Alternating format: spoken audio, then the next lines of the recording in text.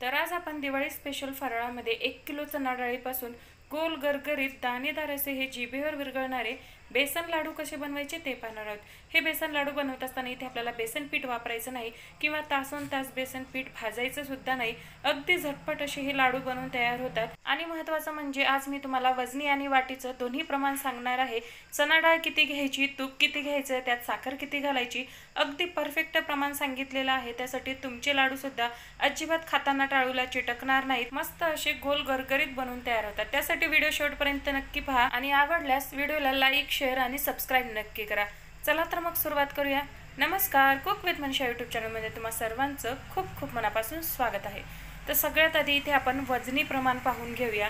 तर वजनी प्रमाणात इथे मी 1 किलो चणा डाळ घेतलेली आहे। चणा डाळ घेताना इथे आपल्याला स्वच्छ निवडून घ्यायची आहे। यातमध्ये काही हिरवी चण्याची डाळ असेल किंवा त्यावरती टर्फल असेल तर अशी चणा डाळ यातली काढून टाकायची आहे, मगच ही चणा डाळ इथे आपल्याला वापरायची, नाहीतर लाडवांचा कलर बदलू शकतो। आणि त्याचबरोबर इथे आपल्याला 1 किलो चणा डाळीसाठी अर्धा किलो साखर घ्यायची आहे आणि 250 ml म्हणजेच पाव किलो इथे आपल्याला तूप लागणार आहे। आता इथे वजनी प्रमाण झालं, आता वाटीचं प्रमाण पाहूया। ज्या कपाने इथे मी 1 कप तूप घेतलेला आहे त्याच कपाने इथे मी 4 कप चण्याची डाळ आणि 2 कप साखर घेतलेली आहे आणि त्याच कपाने 1 कप तूप घ्यायचे। तर इथे आपले वजनी आणि वाटीचं दोन्ही प्रमाण पाहून झालं, तर त्यानंतर इथे मी गॅसवरती एक कढई गरम करायला ठेवली।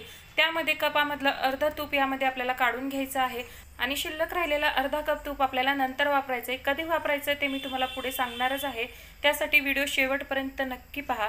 तर इथे मी अर्धा कप तूप कढईमध्ये काढून घेतलं।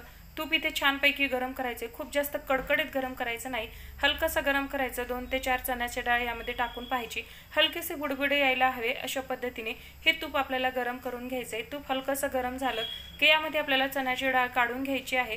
थोडी थोडी करून चण्याची डाळ भाजायची आहे, म्हणजे अगदी व्यवस्थित अशी भाजली जाते।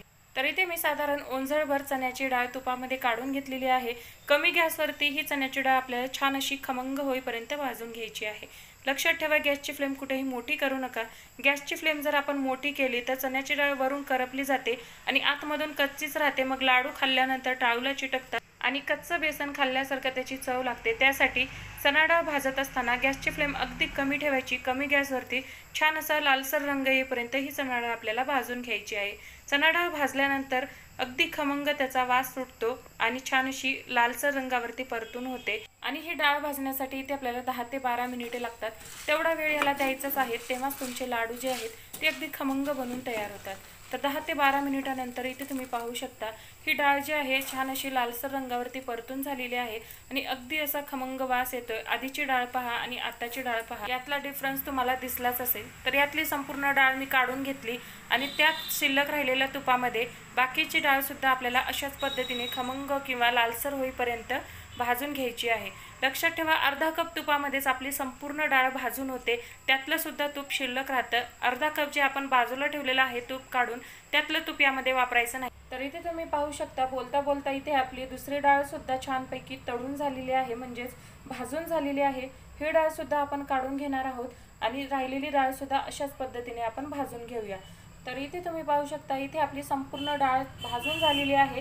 ती मी एका चाळणीवरती काढून घेतली। चाळणीवरती काढून घेतल्याने ह्या डाळीमधलं एक्स्ट्राचं जे तूप आहे ते खाली जमा होतं अशा पद्धतीने। आता ही डाळ आपण संपूर्णपणे थंड करून घेऊया। डाळ थंड होते तोपर्यंत आपण साखर मिक्सरला दळून घेऊया। तर इथे मी एक मिक्सरचं भांडं घेतलं, त्यामध्ये जी आपण अर्धा किलो साखर घेतली होती ती साखर काढून घ्यायची आहे आणि त्याचबरोबर यामध्ये मी 10 ते 12 वेलचीचे दाणे घेतलेले आहेत ते यामध्ये घालायचे आहेत आणि मिक्सरला छान असं बारीक वाटून घ्यायचं आहे। तर इथे मी ही साखर जी आहे ती मिक्सरला छान असं बारीक दळून घेतलेली आहे। यामध्ये जर तुम्हाला वेलचीचे मोठे मोठे कण राहिलेत असं वाटलं तर ही साखर तुम्ही एकदा चाळून घेऊ शकता, पण गरज नाहीये। तर इथे आपली साखर दळून झाली। आता आपण ही चण्याची डाळ जी आहे ती सुद्धा थंड झालेली आहे, त्यातलं संपूर्ण एक्स्ट्राचं तूप खाली जमा झालेलं आहे आणि डाळ पूर्ण थंड व्हायला हवी, अजिबात गरम असायला नको, नाहीतर त्याला खूप जास्त पाणी सुटतं। डाळ पूर्ण थंड झाल्यानंतर थोडी थोडी करून मिक्सरच्या भांड्यामध्ये काढून घ्यायची आहे आणि मिक्सरला छान असं याला बारीक करून घ्यायचे। खूप जास्त पीठ करायचं नाही, हलकंसं रवाळ ठेवायचं, जेणेकरून अगदी दाणेदार असे हे लाडू बनवून तयार होतात। तर इथे मी मिक्सरला ही डाळ जी आहे ती छान अशी फिरवून घेतलेली आहे आणि तुम्ही पाहू शकता इथे मी याचं खूप जास्त पीठ केलेलं नाही, हलकंसं रवाळ ठेवलेलं आहे। अशाच पद्धतीने ही डाळ आपल्याला दळून घ्यायची आहे आणि आता हे पीठ आपण एका बाउलमध्ये काढून घेऊया आणि शिल्लक राहिलेली बाकीची डाळ सुद्धा आपल्याला अशाच पद्धतीने दळून घ्यायची आहे। तर इथे मी संपूर्ण डाळ मिक्सरला छान अशी दळून घेतलेली आहे आणि तुम्ही पाहू शकता अगदी छान असं दाणेदार इथे आपलं बेसन तयार झालेलं आहे। अगदी खमंग आणि खुसखुशीत असं हे बेसन बनवून तयार होतं। याचा रंग तुम्ही पाहू शकता। आता हे बेसन आपल्याला वेगळं भाजून घेण्याची गरज नाही, कारण डाळ आपण इतकी खमंग भाजली होती, त्यामुळे इथे आपल्याला बेसन भाजायची गरज नाही किंवा बेसन वापरण्याची सुद्धा गरज नाही। तासनतास बेसन भाजत बसले की हात दुखून येतात। ही पद्धत वापरा। ह्या पद्धतीने तुमचे लाडू अगदी खमंग खुसखुशीत बनवून तयार होतात। तर यामध्ये मी दळलेली पिठी साखर मिक्स करून घेतली। आता ही पिठी साखर आपण संपूर्ण व्यवस्थित असं मिक्स करून घेऊया। टोपलीमध्ये थोडंसं मिक्स करायला अवघड जात होतं, त्यासाठी हे पीठ मी ताटेमध्ये काढून घेतलेलं आहे। आणि आता हे पीठ आणि पिठी साखर आपण अगदी व्यवस्थित असं मिक्स करून घेऊया। एकीकडे गोड आणि एकीकडे फिक्का असा लाडू लागायला नको, त्यासाठी अगदी व्यवस्थित अशी ही पिठी साखर या पिठामध्ये आपल्याला मिक्स करून घ्यायचे।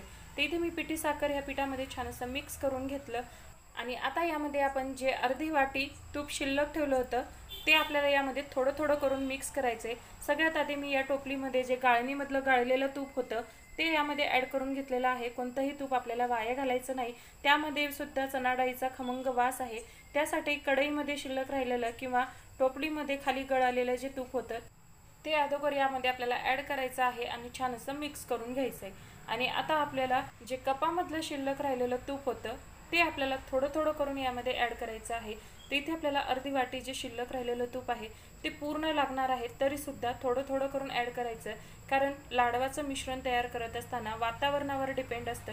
तुमच्याकडे जर वातावरण खूप गरम असेल तर तूप थोडं कमीसुद्धा लागू शकतं किंवा थंड असेल तर 1-2 चमचे जास्तसुद्धा लागू शकतं। त्यासाठी अगदी थोडं थोडं करून तूप घालायचं आणि छान असं दोन्ही हाताने चोळून ह्या पिठाला हे तूप लावून घ्यायचे, म्हणजे आपल्याला तुपाचा अंदाज अगदी व्यवस्थित येतो आणि लाडूसुद्धा अगदी छान गोल गरगरीत बनवून तयार होतात, अजिबात रेलणार नाहीत किंवा बसणार नाहीत। तर इथे पहा, इथे मी आणखीन 2 चमचे तूप यामध्ये ॲड करून घेतलं आणि संपूर्ण पीठ छान असं एकजीव करून घेतलं। आता आपण याचा एक लाडू वळून पाहूया। तर अगदी छान असा लाडू वळला जातो। इथे पाहू शकता संपूर्ण तूप यामध्ये मी ॲड केलेलं आहे। बरोबर 1 कप तूप इथे आपल्याला लागणार आहे। तर इथे पहा, इथे मी याचा एक छान असा लाडू वळून घेतलेला आहे। मस्त असा गोल गरगरीत लाडू बनवून तयार झालेला आहे। लाडू वळून घेतल्यानंतर हातावरती छान असा घोळवून घ्यायचा, म्हणजे या लाडवांना चकाकी खूप छान येते आणि अगदी चमकदार असे लाडू दिसतात।